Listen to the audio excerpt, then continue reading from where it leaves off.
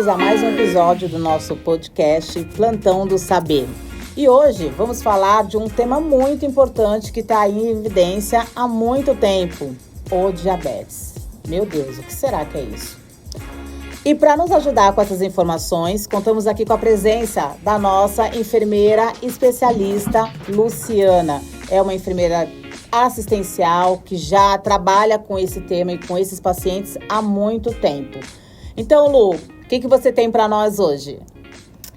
Ai, Rê, muito obrigada ao podcast Plantão da Saúde pelo convite.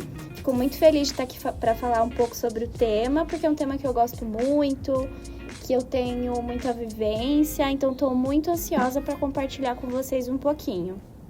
Então, Lu, conversando assim com algumas pessoas, né? E aí eu já ouvi relatos que existem vários tipos de diabetes aí. Você pode explicar um pouquinho pra gente como é isso?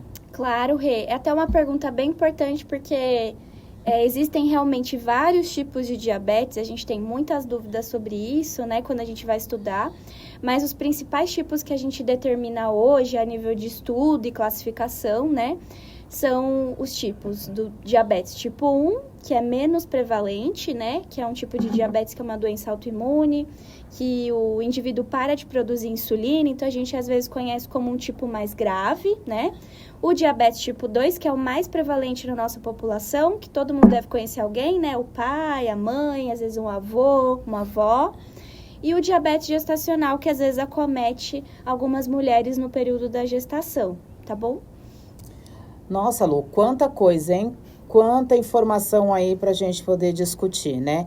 E assim, o que acontece no organismo de uma pessoa que tem, né? De um paciente que tem diabetes, né? Qual é a diferença aí para uma pessoa que não tem?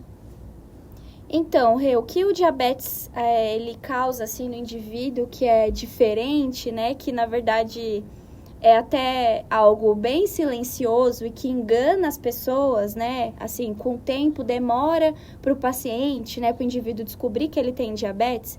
É porque devagar, de forma gradual, ele vai diminuindo a produção de insulina, né? Então, com isso, a gente sabe que a insulina é um hormônio muito importante, é com ele que a gente coloca a energia para dentro das células, né?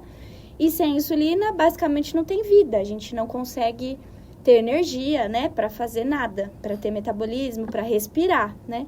Então, o diabetes, silenciosamente, ele vai diminuindo a produção de insulina e a depender do quanto que sobra aí dessa produção, a gente tem uma necessidade ou não de tomar insulina, né? Por exemplo, via uma aplicação, como a gente vê alguns pacientes. Em alguns casos, a gente consegue tomar alguns medicamentos ali para ajudar, né? Então, basicamente é isso. Esse é o problema do diabetes principal. A produção de insulina que se torna escassa com o tempo. Ah, entendi. E me fala uma coisa, tem uma população específica que essa doença acaba cometendo mais? Qual é a prevalência que nós temos aqui no Brasil?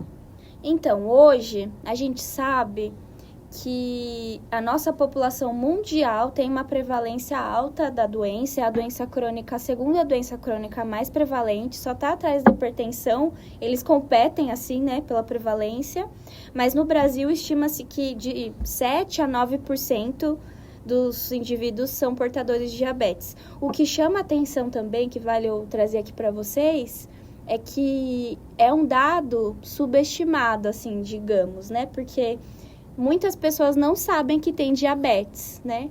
Então, a gente tem esse número, mas talvez muito mais pessoas têm o diagnóstico e ainda não sabem, né? Que é um problema que a gente enfrenta aqui no Brasil, por exemplo.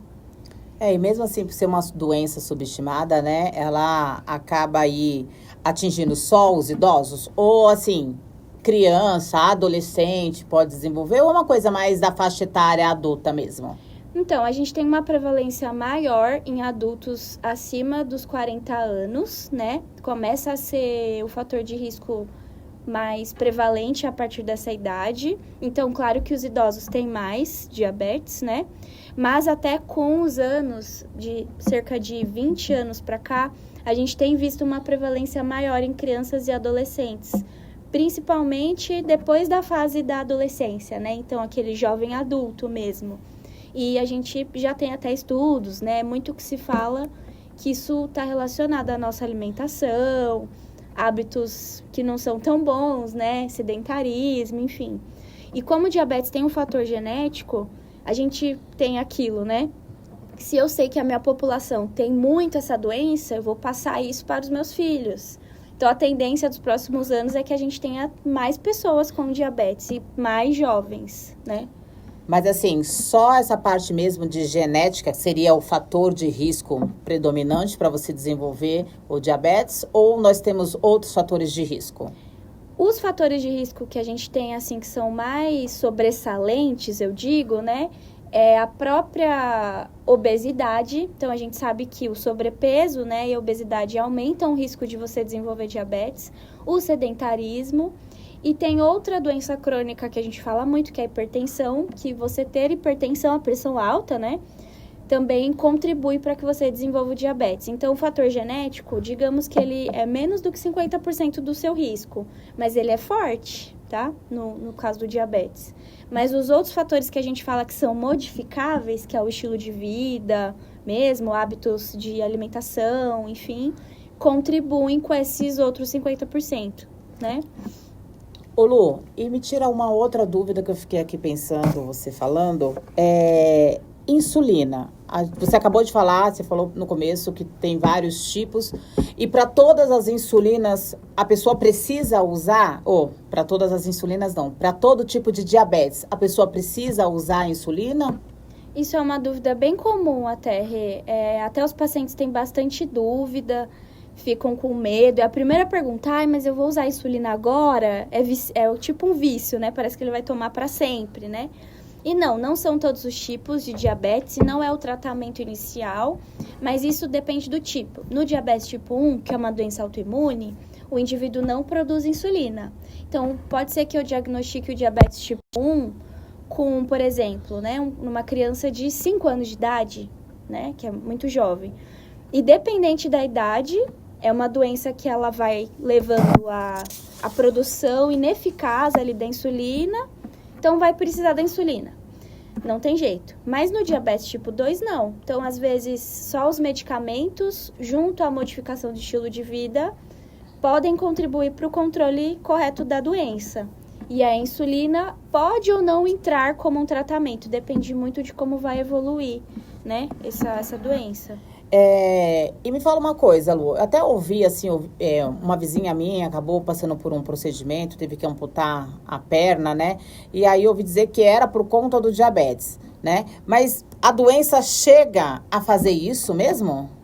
É assustador. Até às vezes quando eu quero assustar algum paciente, eu falo isso, que ele pode perder o pé, né? E realmente não deixa de ser verdade. E assim, eu falei brincando pra assustar, mas é algo que todo mundo conhece alguém, né, Rê? Todo mundo conhece alguém. Sim. Que amputou ou que, sei lá, perdeu um dedo do pé e depois foi a óbito. Costuma ser a parte final do diabetes, assim, a complicação, né? Mas, infelizmente, sim, casos graves e mal controlados levam à amputação. E é um problema de saúde pública, a gente vê que isso leva a afastamentos do trabalho, né? Leva a piora da qualidade de vida, mas é possível sim quando eu tenho um controle ruim da doença. É muito comum, inclusive, aqui no Brasil. Nossa, é uma doença que, assim, não vejo falar muito, assim, acho que é uma coisa que fica meio, como você falou, subestimado os dados por conta que, né, não é, acho que, tão divulgado como deveria ser, né? E a gente tem alguns dados aí, que você consegue trazer pra gente alguns dados de pessoas que chegam aí a óbito, né, por conta do diabetes. Acontece da pessoa falecer por conta de ter o diabetes?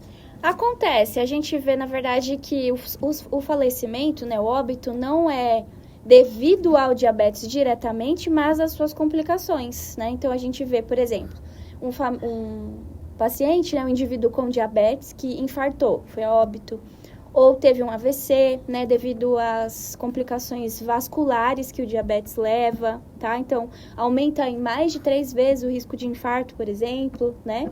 E de AVC, então isso a gente acaba vendo muitas situações que isso acontece.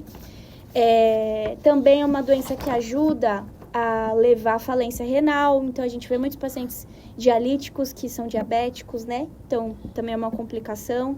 Além de outros problemas, como a gente já conversou, da amputação e até de visão, né? Então, a gente não vê o paciente lá, foi a óbito por quê? Pelo diabetes, né? Mas a gente vê que foi devido a alguma complicação da doença. Os dados que a gente tem atualmente no Brasil, os mais atuais, eles trazem, né, uma estimativa de que cerca de 72 mil pessoas morrem dessas complicações por ano aqui no Brasil, né? E no mundo isso também é bem alto. Então, a gente tem ali algo que pesa bastante para o sistema de saúde, com certeza.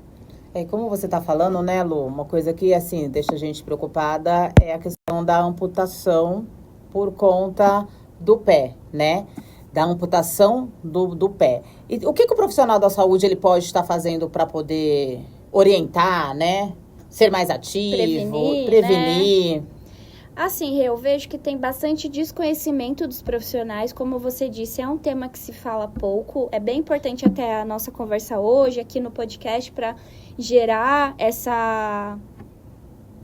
assunto, né? Gerar essa discussão, né? É bem importante. Mas eu vejo que o profissional da saúde ele pode contribuir na orientação precoce.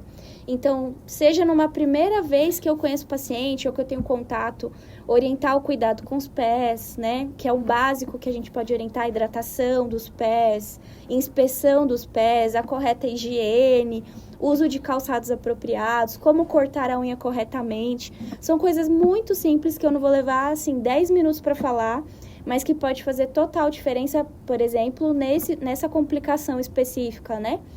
Então, acho que o profissional da saúde pode contribuir muito se informando bastante aí, se atualizando sobre o diabetes, sobre as suas complicações, para atingir o seu paciente, seja num dia a dia, seja numa consulta. Então, acho que isso seria muito importante.